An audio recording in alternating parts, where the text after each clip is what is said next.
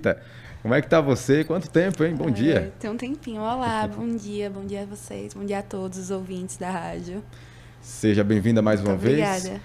Olha, nas sociedades ocidentais, o amor costuma ser apresentado por meio do clichê de duas metades que se encontram para se sentirem completas. A história é reproduzida com frequência na literatura, no cinema e na televisão, mas pode ser bastante danosa quando enfatizada na realidade. É o que acredita a antropóloga Anna Manchin, que dedicou quase 20 anos de sua carreira ao estudo das diferentes formas de amar. Ela tirou essa conclusão. Rita, Sim, concorda com ela? concordo. Concordo plenamente. Eu queria iniciar falando com vocês o porquê, né, da escolha desse tema. Eu já tinha falado sobre ciúme patológico e sobre dependência emocional. O ciúme patológico a gente entende que é uma patologia, mas a gente também entende que existem sintomas sociais, né? O amor, ele é um sentimento. Todo mundo pode sentir amor naturalmente na vida. Em alguma etapa da vida vai sentir o amor, né? O amor a gente entende como um sentimento que cada um vai dar o significado, né? Você vai dar o significado para o amor. O amor romântico, ele é uma construção social. Em que sentido, né? A sociedade, ela vai dizer como você deve se relacionar. E aí, como você trouxe dessa pesquisadora, é justamente isso. O amor romântico, ele tira de si a individualidade, né? Como se eu dependesse de uma outra pessoa, e aí, a partir do amor dessa outra pessoa, eu vou conseguir sentir esse amor. Então, um dos princípios do amor romântico é justamente a perda da individualidade. E aí, por isso, algumas críticas. E aí, ela, como ela mesma colocou, né, essa questão de, a gente chama de amor hollywoodiano, né? Aquele amor que você vai encontrar aquela pessoa, a cara metade, e aí quando você encontrar essa pessoa, você vai ser feliz. E aí é justamente uma dessas críticas, né? Porque o amor, ele vai se modificando com o decorrer da história. Se a gente para pensar, antes o amor, o casamento, aliás, ele era um negócio, né? Porque o pai pagava para a filha, o dote, né? O dote da menina, pagava para o rapaz e ele casava com ela. Então, o negócio, eu vendo aquela mulher, consequentemente, ela vai se casar. E a mulher, como procriação, ela procriava. Então, justamente era só para a procriação, né? E aí depois, acho que mais ou menos no século XX, a gente começa a ter essa mudança, né? A gente começa a falar muito sobre o amor, encontrar alguém. E atualmente, no século XXI, a gente vem justamente com essa quebra. Que é quando você procura o seu, você, né? Tipo, hoje em dia, acho que a grande maioria das mulheres não tem somente o sonho de casar e ter filhos. Tem outros sonhos para além disso. O Verdade. que era muito diferente de antes, né? Porque antes, uma mulher, a meta de vida dessa mulher era casar e ter filhos. Hoje em dia, você quer viajar, você quer estudar, você quer construir sua casa. Então, os planos foram mudando muito. E é justamente nessa parte que o amor romântico se perde, né? Porque eu dependo muito desse outro. Então, eu, consequentemente, acaba sendo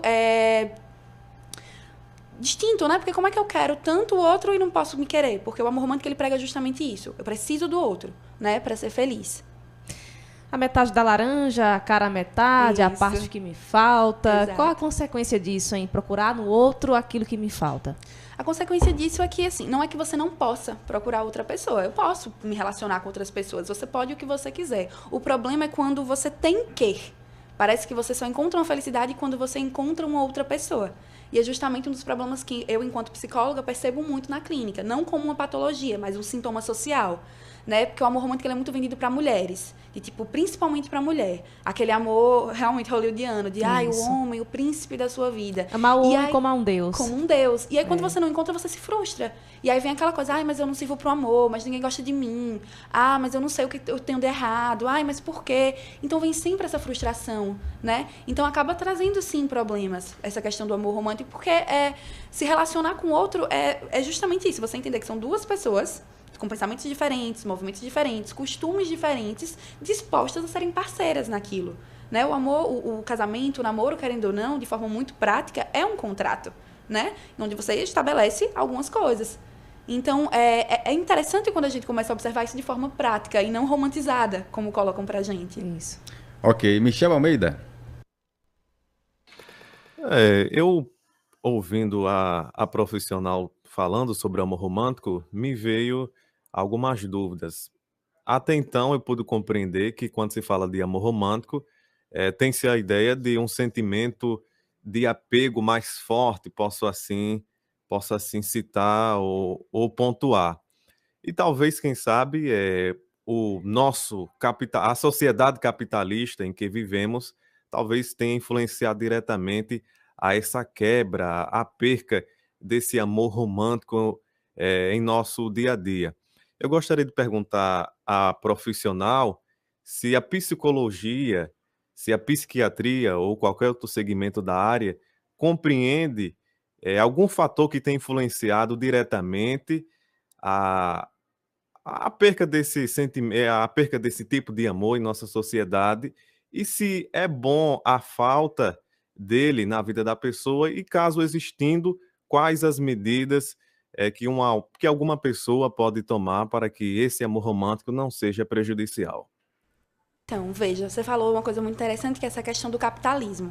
O amor, ele é monetizado, se a gente para pensar. Nas músicas, propagandas, existem datas para tudo. Dia dos namorados, dia disso. Essas datas, elas são monetizadas, né? Existe um ganho do capital para com isso, né? O amor romântico, ele vende muito. Novela, filme, tudo isso é muito baseado nesse amor romântico. Não é que o amor romântico seja uma problemática, né? Quando você entende que você quer se relacionar dessa forma. Porque existem várias formas de se relacionar, né? Você vai se relacionar da forma que lhe faz bem, seja sozinho, seja eu casando com uma pessoa e essa pessoa morando na casa dela e eu na minha.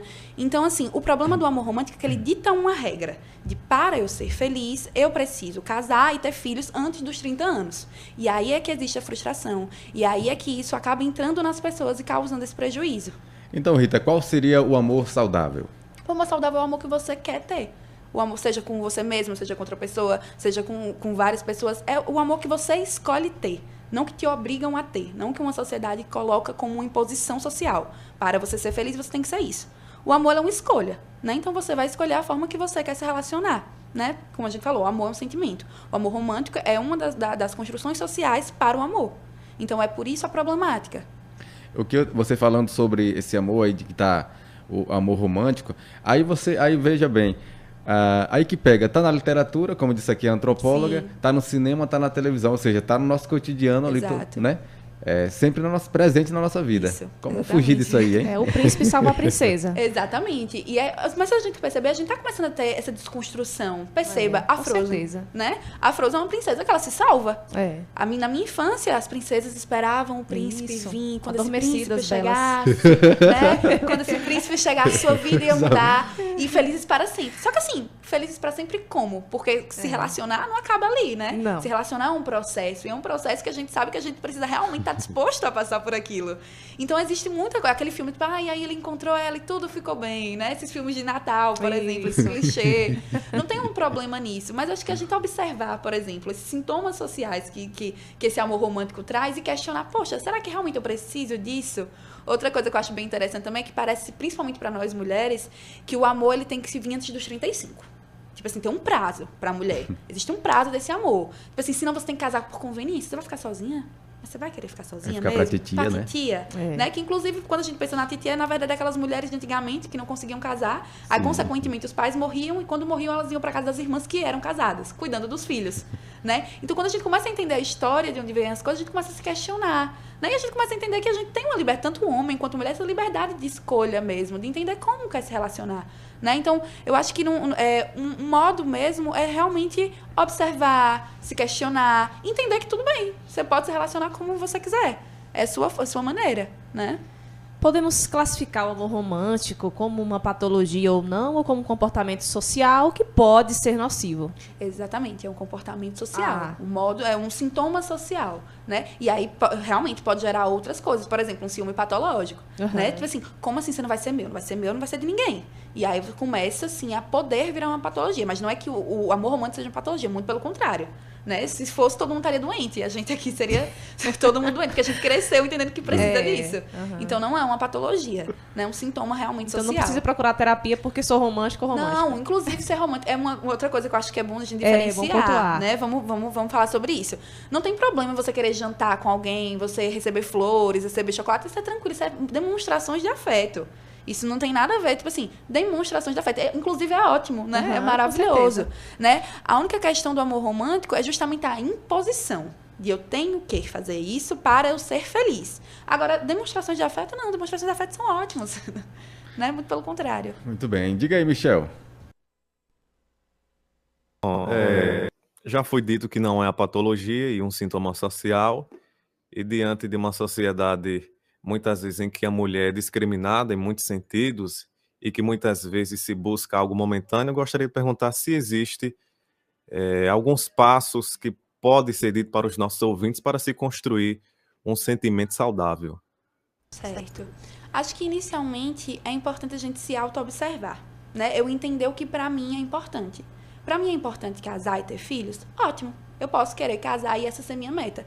Eu quero viajar e fazer um intercâmbio pra fora e não quero ter filhos e quero ter 27 gatos e pra mim isso é felicidade? Ótimo, é a minha forma de se relacionar. Eu quero casar e quero morar na mesma cidade que meu marido, mas em casas separadas? Ótimo. Né? Então é um processo. Eu quero ter uma relação com várias outras pessoas? Ótimo.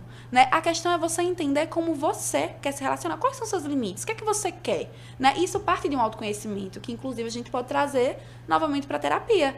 De você entender que existe uma imposição social, sim, né? Que a sociedade ela dita para você o que você precisa. Né? Por exemplo, hoje em dia todo mundo segue o mesmo roteiro, né? Terminou a escola, faculdade, depois da faculdade, emprego, depois do emprego procurar um casamento, 30 anos, sua vida tem que estar pronta, com cachorro, filho e papagaio. É o que a sociedade diz que todo mundo tem que ter, né? Então você está nessa busca constante. E aí você descobre, quando você começa a desconstruir, você entende que não, eu tenho o meu próprio tempo, eu tenho minhas próprias escolhas. Então eu acho que parte muito de um autoconhecimento mesmo, de fato. Rita, Jorge Souza pergunta, o amor é mais valorizado a partir de qual idade? Antes ou depois dos 30 anos? Acredito que na sociedade que a gente está imersa, principalmente para a mulher, quanto mais nova você adquirir isso, melhor, né? Porque senão depois parece que você já não pode ter aquilo. Agora ainda nesse tema do amor romântico, existem muitas questões envolvidas que podem ser ainda mais graves envolvendo o amor romântico, como a questão da mulher escolher ficar, por exemplo, em uma relação abusiva. Você já acompanhou casos assim, que você via que a mulher romantizava aquela situação, amenizava, eu levei um tapa, mas ele vai mudar, ele me tratou mal em público, mas ele vai mudar, e você via que era traços do amor romântico, do que ela aprendeu durante a vida. Com certeza. Inclusive, o índice de feminicídio, a gente é o 5º país que mais mata mulheres no mundo. O índice de feminicídio no Brasil é altíssimo, e justamente por isso, né? A gente diz que existe um ciclo da violência, e é justamente isso. Primeiro você começa aquele cara gentil, depois ele te bate, depois ele diz que te ama. E aí, por questão mesmo de acreditar, você quer se manter naquilo, porque ele vai mudar, ele é seu príncipe, o amor da sua vida, né? E você tem que estar com alguém. E existe também aquela, eu não sei se vocês já conseguiram acompanhar, que é Bauman, né? Bauman, ele fala sobre relações líquidas. Amores líquidos. Amores líquidos. Com certeza. Bauman, eu acho brilhante. Brilhante. E ele vem trazendo justamente isso, dessa questão de eu não posso estar sozinho, eu preciso de alguém. Isso. Então, eu vou estar sempre me relacionando. É imediatismo. Exatamente, uma sociedade imediatista. Então, é justamente isso. Ou você se prende àquela relação e precisa daquela pessoa, porque senão você não vive, ou senão você está sempre mudando de parceiro. Eu não posso ficar sozinho, porque eu não posso estar sozinha, porque eu preciso encontrar alguém. Inclusive, a gente pode pensar também em aplicativos de relacionamento, né? Você vai passando um dedo. Você passa o dedo para encontrar alguém. Você escolhe como se estivesse no supermercado. Você coloca uma pessoa no saquinho. Gostou dessa pessoa? E parece que a impressão que eu tenho é que sempre vai ter um alguém. Você sempre tem um depois, né? Então, parece que existe sempre essa espera de alguma coisa. Se você não der certo, vem outro. e outro, e outro. Então, é realmente muito imediatista. Né? Então, acho que é interessante a gente observar isso. E justamente por essa questão da violência também. Que o amor romântico, ele traz muito isso, né? Da mulher, ela ser submissa, da mulher, ela querer, ela precisar daquilo. E acabar se submetendo a situações que não são boas para ela, levando até a morte, né? A minha pergunta é sobre romantizar a amizade das crianças, né? Arthur e Maria estão brincando e aí os próprios pais dizem, olha, Arthur e Maria dão um belo casalzinho, vão se casar e tal. Qual o perigo de romantizar a amizade das crianças? Eu tenho pavor à adultização de criança. A palavra é pavor mesmo. Essa questão de sexualizar criança. Criança não namora. Fato, criança não namora. Como é que eu sou uma criança e eu estou num processo de namorar que é uma coisa de adulto? Parece que a gente está criando mini-adultos. É verdade. Né? Então, assim, essa sexualização de criança, criança está namorando, criança está... A gente tem que ter muito cuidado com isso. Né? Principalmente num país onde o índice de pedofilia é absurdo. Então, a criança ela pode, sim, realmente... passar por situações que se ela tivesse uma educação sexual, tivesse um entendimento daquilo, ela não passaria. Então, quando eu começo a sexualizar a criança, ela namora. Mas ela já é bonitinha, ela já é uma moça, ela já tá assim, ela já tá sabe? Então existe essa sexualização, eu acho perigosíssima. Já arrumando marido para criança. Pra criança. Duas o crianças. Não, e menina brinca de boneca, né? Que eu digo que brincar de casinha é o pré-casamento. A criança ela vai brincando de como ela vai ter que ser no casamento. E o menino brinca de carrinho. Brincadeiras mais violentas, de luta, né? Então perceba que diferença do que é ensinado para um homem e do que é ensinado para uma mulher. Verdade. Né? Então é importante a gente observar essas coisas também. Tá certo, Rita. Muito obrigado Obrigada a vocês. pela participação conosco. Quer deixar suas redes sociais? Meu Instagram é Rita Santana, né? Tô à disposição, caso vocês precisem de qualquer coisa. E é isso, muito obrigada. Obrigado, até a próxima. Tchau.